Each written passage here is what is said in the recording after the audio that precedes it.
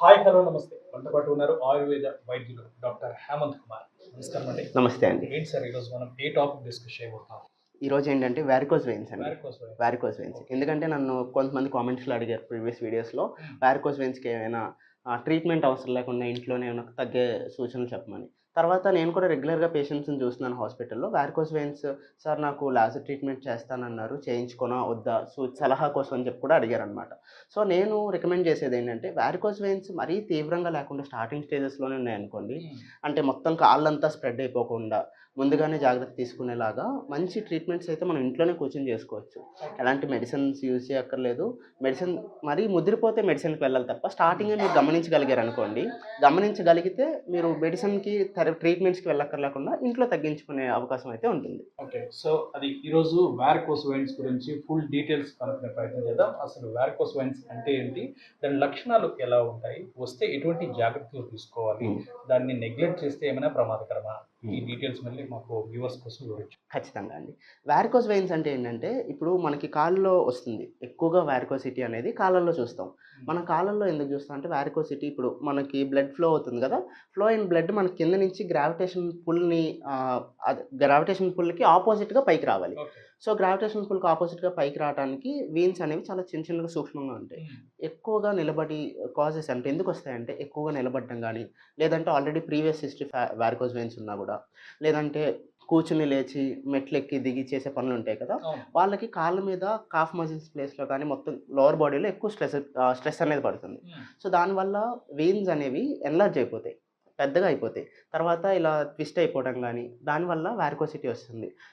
ఎప్పుడైతే మనకి ఆ బ్లడ్ ప్రెషర్ ఉంటుంది కదా వెయిన్స్‌లో అది ఎక్కువైపోతుందనమాట. సో, అవి పైకి వెళ్ళలేదు బ్లడ్. సో, హ్మ్. పైకి వెళ్ళకుండా అక్కడే స్టాగ్నేట్ అయిపోతుంది. సో, ఆ బ్లడ్ అక్కడ స్టాగ్నేట్ అయిపోవడం వల్ల ఏంటంటే, ఈ వారికోసిటీ అనేది అంటే మీకు వెయిన్స్ ఉబ్బినట్టు కనిపించడం అనేది జరుగుతుంది. హ్మ్. సరే ఇప్పుడు వాటిని గుర్తించడం అంటే ఎలా గుర్తించాలంటారు? అంటే హ్మ్. కొంతమందికి మచ్చల్లా ఏర్పడతాయి. అవి వారికోస్ వెయిన్సో కాదో కూడా తెలీదు. సో, అవునండి. ఎలా గుర్తిస్తాం వాటిని? సో, ఇప్పుడు వారికోసిటీ అనేది ఎలా గుర్తించొచ్చంటే, కొంతమందికి ఇప్పుడు తొడల దగ్గర నుంచి గానీ, పిక్కల దగ్గర నుంచి గానీ, కింద భాగంలో ఎక్కడైనా కూడా హ్మ్. మీకు వెయిన్స్ అనేవి మామూలుగా కనిపిస్తాయి. చేతి మీద గానీ ఎక్కడైనా కూడా నార్మల్‌గా గ్రీన్‌గా కనిపిస్తాయి. హ్మ్. అలా కాకుండా బయటికి ఉబ్బి పర్పుల్ కలర్‌లో గానీ, డీప్ బ్లూ కలర్‌లో గానీ, గ్రీన్‌గా గాకుండా బ్లూయిష్‌గా గానీ అలా కనిపిస్తే కలర్ చేంజ్ అయ్యి, హ్మ్. బయటికి ఉబ్బి కనిపించడం గానీ ఉంటే హ్మ్. గనక అవి వారికోసిటీగా మనం గమనించుకోవాలండి. పెయినొస్తుందా? పరిగణించుకోవాలి. పెయినొస్తుందా? పెయిన్ స్టార్టింగ్ స్టేజ్‌లో పెయినేం ఉండదండి. ఓకే. సో, అలా మీరు నెగ్లెక్ట్ చేస్తున్న కొద్దీ పెయిన్ అనేది మీకు తెలుస్తుంది. So, okay. నెగ్లెక్ట్ చేసేసి మీ పని మీరు చేసేసుకున్నారనుకోండి పట్టించుకోకుండా, హ్మ్. సో, మెల్లిమెల్లిగా దాని సింప్టమ్స్ అది చూపిస్తుంది. హ్మ్. పెయిన్ గాని, కొంతమందికేంటంటే క్రానిక్ స్టేజ్‌లో పుండ్లు కూడా పడతాయన్నమాట. హుహు. సో, పుండ్లయ్యి బ్లడ్ రావటం కూడా జరుగుతుంది. ఓకే. సో, ఆ స్టేజ్‌కి కూడా వెళ్ళిపోతుంది. ఎప్పుడైతే నెగ్లెక్ట్ చేయకుండా స్టార్టింగ్ స్టేజ్‌లోనే మీరు కేర్ తీసుకుంటారో, ఇవన్నిటిని కూడా మీరు ఆపుకోవచ్చు. సో, ఇప్పుడు మనం చూడబోయే రెమెడీ హ్మ్. అంటే స్టార్టింగ్ స్టేజ్ ఉన్న వాళ్ళకా? అంటే స్టార్టింగ్ స్టేజ్ అనే గాదండి. మరీ ఎక్కువ మొత్తం కాళ్ళంతా అయిపోయి పుండ్లు పడిపోయినా కూడా 4, 5 వెయిన్స్ మనకి వారికోసిటీ హ్మ్. ఉందనుకోండి. సో, తగ్గుతుంది స్టార్టింగ్ స్టేజ్ అనుకోవచ్చు. హుహు. మీకు క్రానిక్ అయిపోయినా కూడా తక్కువ ఉంటే గనక మనకి ఈ రెమెడీతో తగ్గుతుంది. ఓకే. అలా కాకుండా కాళ్ళంతా కూడా వెయిన్స్ పొంగిపోయి, కాళ్ళంతా పుండ్లు పడిపోతే ఇలాంటి వాటితో మనకి అవ్వదు. ఖచ్చితంగా కన్సల్ట్ చేయాల్సిందే. డాక్టర్ కన్సల్టేషన్ తీసుకొని మెడిసిన్ వాడాల్సిందే. సరే ఇప్పుడు ఈ వ్యాధి ఎప్పుడైతే ముదిరిందనుకున్నామో, హ్మ్. సో, నెగ్లెక్ట్ చేసామో, హ్మ్. తెలియకో ముదిరిందనుకున్నాము. సో, హ్మ్. అప్పుడు ఎటువంటి కాంప్లికేషన్స్ అనేవి ఉంటాయంటారు? ఖచ్చితంగా అండి. ఎందుకంటే ఇప్పుడు ఈ వ్యాధి బాగా ఎక్కువైందనుకోండి, వారికోసిటీ ఎక్కువైతే గనక హ్మ్. నడవలేరు ఫస్ట్ ఆఫ్ ఆల్. హ్మ్. నడవడానికి కూడా ఇబ్బందిగా ఉంటుంది. అండ్ కాలంతా కూడా బాగా సలుపు, పోటు అనేదొస్తుంది. పెయిన్ అనేది చాలా ఎక్కువుంటుంది. అండ్ దాంతో పాటు పుండ్లు పడిపోయి రక్తం అంతా ఈ ఇన్ఫెక్షన్ గూడా అవుతుందనమాట. సో, డయాబెటిక్ ఉండి వారికోసిటీ వస్తే ఇంకా జాగ్రత్త తీసుకోవాలి. హ్మ్. ఎందుకంటే పుండు పడిందంటే డయాబెటిక్ అవును. పేషెంట్స్‌కి బద్ధకం మానదు. తగ్గదు. అవును. మానదు. సో, దానివల్ల అల్సర్స్ ఫార్మ్ అయ్యాయి అంటే ఇంకా ఇబ్బంది. హ్మ్. కాబట్టి స్టార్టింగ్ స్టేజ్‌లోనే దీన్ని తగ్గించుకోవటానికి మనం మంచిగా జాగ్రత్తలు తీసుకోవాల్సుంటుందనమాట. ఓకే. సో, ఇప్పుడు ఏదైతే మనకి చెప్పే రెమెడీ ఉందో, దానికి కావాల్సిన ఇంగ్రీడియెంట్స్ అనేవి మీకు చూపిస్తాను. ఒకసారి చూద్దామండి. హ్మ్. ఫస్ట్ ఆఫ్ ఆల్ కావాల్సిందేంటంటే మనకు కావాల్సిన రెమెడీకి కావాల్సిన బేస్ ఏంటంటే నువ్వుల నూనండి. నువ్వుల నూనె. నువ్వుల నూనె. హ్మ్.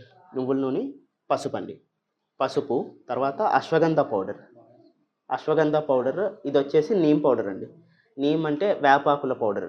మీకు వేపాకు డైరెక్ట్‌గా అవైలబిలిటీ ఉంటే వేపాకే వాడుకోవచ్చు. హ్మ్. లేదు అంటే గనక ఏదైనా ఆయుర్వేదిక్ స్టోర్‌లో వేపాకు పౌడర్ దొరుకుతుంది. పౌడర్ అయినా తీసుకోవచ్చు. ఇదొచ్చేసి బ్రాహ్మి పౌడర్ అండి. బ్రాహ్మి అంటే సరస్వతి ఆకు ఉంటుంది గదా! అవును. సరస్వతి ఆకు చూర్ణం ఇది. బ్రాహ్మి అంటారు, సరస్వతి ఆకు అంటారు, మండూకపర్ణి అంటారు. సో, ఏదైనా కూడా ఇదే అండి. ఆ పౌడర్. సో, మనకు కావాల్సినవి ఈ 5 ఇంగ్రీడియెంట్స్ అన్నమాట.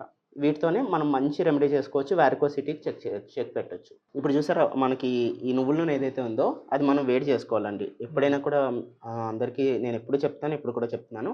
డైరెక్ట్ హీట్ చేసుకోకూడదు. ఇండైరెక్ట్‌గా హీట్ చేసుకోవాలంటే మరుగుతున్న నీటిలో ఆయిల్ పెట్టి వేడి చేసుకోవాలి. ఇది మనకి ఇలా కొంచెం శరీరం తట్టుకునేంత వేడి ఉండాలన్నమాట. సో మీ శరీరం ఎంత వేడైతే ఒరుస్తుందో అంత వేడి చేసుకోవాలి. సో గోరువెచ్చగా కాదు, ఈ మాత్రం వేడి ఉండాలి. అంటే ఇప్పుడు మన శరీరం తట్టుకునేంత వేడి ఉండాలి. సో ఇందులో ఫస్ట్ మనం ఏం చేస్తామంటే చిన్న స్పూన్ తీసుకోవాలండి. చిన్న స్పూన్ తీసుకొని ఆ స్పూన్‌తో 1 స్పూన్ ఆఫ్ టర్మరిక్ పౌడర్, ఈ స్పూన్ ఉంది కదా, ఈ సైజ్ స్పూన్, దీన్ని మనం టేబుల్ స్పూన్ అనము, టీ స్పూన్ అంటాం. టీ స్పూన్ ఆఫ్ పసుపు తీసుకుంటాం. పసుపు తీసుకున్న తర్వాత అదే స్పూన్‌తో సేమ్ అశ్వగంధ పౌడర్ తీసుకుంటామండి. 1 ఆర్ 1 1/4 అంటే 1.5 స్పూన్ తీసుకుంటాం అశ్వగంధ పౌడర్. దాంతోపాటు బ్రహ్మి పౌడర్ అండి. బ్రహ్మి పౌడర్ కూడా 1.5 స్పూన్ తీసుకుంటాం. అండ్ నీమ్, వేపాకు పౌడర్ ఉంది కదా, వేపాకు పౌడర్ కూడా 1.5 స్పూన్ తీసుకుంటాం. 3 ఈక్వల్ క్వాంటిటీ తీసుకొని టర్మరిక్ మాత్రం కొంచెం తక్కువ తీసుకుంటాం. 1 స్పూన్ తీసుకుంటే సరిపోతుందండి. తీసుకొని దీన్ని బాగా మిక్స్ చేసుకుంటాం అనమాట. ఇప్పుడు వెరికోస్ వెయిన్స్ ఎవరికైతే ఉంటాయో వాళ్ళకి వెయిన్స్ అన్నీ కూడా బాగా ఉబ్బుతాయి కదా, వాస్తాయి అన్నమాట, స్వెల్లింగ్ అనేది వస్తుంది. సో మనం పసుపు ఎందుకు తీసుకుంటాం అంటే పసుపులో యాంటీ ఇన్ఫ్లమేటరీ ప్రాపర్టీస్ ఉంటాయి. సో మనం పసుపులో ఉండే యాంటీ ఇన్ఫ్లమేటరీ ప్రాపర్టీస్ అన్నీ కూడా ఆ స్వెల్లింగ్ని కంట్రోల్ చేయడానికి పనికొస్తుంది. అండ్ అలాగే మనం వేపాకు కానీ వేపాకులు చూర్ణం కానీ తీసుకున్నాం కదా, ఎవరికైతే కొంచెం ఎక్కువ అయ్యి పుండ్లు పడతాయి, సో పుండ్లు పడిన వాళ్ళకి ఈ వేప అనేది చాలా బాగా యాంటీ మైక్రోబియల్ ఏజెంట్స్ ఉంటాయి. సో పుండ్లు పడి అది ఇన్ఫెక్షన్ అవ్వకుండా ఉండడానికి యూజ్ అవుతుంది అనమాట. అండ్ దాంతోపాటు అశ్వగంధ పౌడర్ ఏం చేస్తుందంటే బ్లడ్ సర్క్యులేషన్ని ఇంక్రీజ్ చేస్తుంది. సో బ్లడ్ సర్క్యులేషన్ ఇంక్రీజ్ చేస్తుంది. దాంతోపాటుగా మనకి వీన్స్ ఏవైతే వీక్ అయిపోతాయి, వీన్స్ యొక్క వాల్స్ వీక్ అయిపోతాయి. వాల్స్ వీక్ అవ్వడం వల్ల మనకి ఇది వస్తుంది, వెరికోసిటీ అనేది వస్తుంది. సో వీన్స్ యొక్క వాల్స్ని స్ట్రెంథెన్ చేయడానికి అశ్వగంధ పౌడర్ అనేది యూజ్ చేసుకుంటాం. దాంతోపాటు బ్రాహ్మి తీసుకున్నాం కదా, సరస్వతి ఆకు చూర్ణం తీసుకున్నాం కదండి, అది దేనికి యూజ్ అవుతుందంటే బ్లడ్ సర్క్యులేషన్ని పూర్తిగా మనకి ఎక్కడైతే బ్లడ్ స్టాగ్నేట్ అయిపోవడం వల్ల వస్తుంది కదా, ఆ బ్లడ్ని అక్కడి నుంచి రిలీజ్ చేసి దాని పంపింగ్ ఇంక్రీజ్ చేయడానికి సరస్వతి ఆకు చూర్ణం అనేది పనిచేస్తుంది. సో ఇది చూసారా, ఇలా మనకి కొంచెం లేపంలా తయారవుతుంది. సో లేపంలాగా తయారైన దాన్ని ఏం చేస్తారంటే ఎక్కడైతే వారికోసిటీ ఉందో సో ఆ వారికోసిటీ దగ్గర అప్లై చేసుకోవాల్సి ఉంటుంది. అప్లై చేసేసి నైట్ అంతా ఓవర్ నైట్ అప్లై చేసుకోవాలి. అప్లై చేసుకుని మీరు మార్నింగ్ వరకు ఉంచుకోవాలి. దాని మీద పూర్తిగా రాసుకొని ఏదైనా గుడ్డ కట్టుకుంటే ఇంకా మంచిది. గుడ్డ కట్టుకుంటే ఏంటంటే మీకు బెడ్షీట్కి దేనికి అవ్వకుండా ఎక్కడైతే మనం అప్లై చేసామో ఆ ఏరియాలో పూర్తిగా రాత్రంతా కవర్ అయ్యి ఉంటుంది. సో మీరు అలా నైట్ పడుకునేటప్పుడు అప్లై చేసుకుని మార్నింగ్ వాష్ చేసేసుకుంటే మంచి రిజల్ట్ అనేది ఉంటుంది. సో ఈ లేపాన్ని మనం ఎన్ని రోజులు యూజ్ చేస్తే రిజల్ట్ అనేది వస్తుంది? అంటే మీకు పెయిన్ అనేది ఏంటంటే స్టార్టింగ్ నుంచే తగ్గటం చూస్తారండి. సో పెయిన్ రిలీఫ్ అనేది మీరు స్టార్టింగ్ నుంచే తగ్గుతుంది. అంటే ఒక 3-4 డేస్ యూస్ చేసిన నుంచే పెయిన్ రిలీఫ్ తగ్గుతుంది. కంప్లీట్గా మీకు ఆ స్పైడర్ వెయిన్స్, వెరికోస్ వెయిన్స్ ఏవైతే ఉన్నాయో అవి తగ్గుముఖం పట్టడం చూడాలంటే కనీసం మీరు 15 to 20 డేస్ అయినా యూజ్ చేయాలి.